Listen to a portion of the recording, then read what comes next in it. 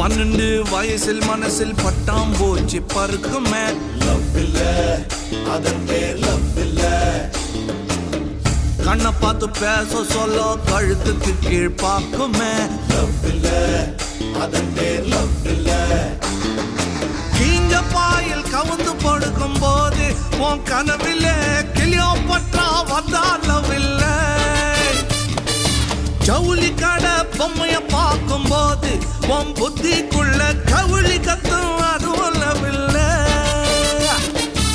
இதுக்கு உசுர கொடுக்கணும், எது நஜம் புரிஞ்சு நடக்கணும். காதல் ஒன்னியும் கடவுள் இல்லையடா, இந்த எழுவு எல்லாம் ஹார்மோன் செய்யும் கலக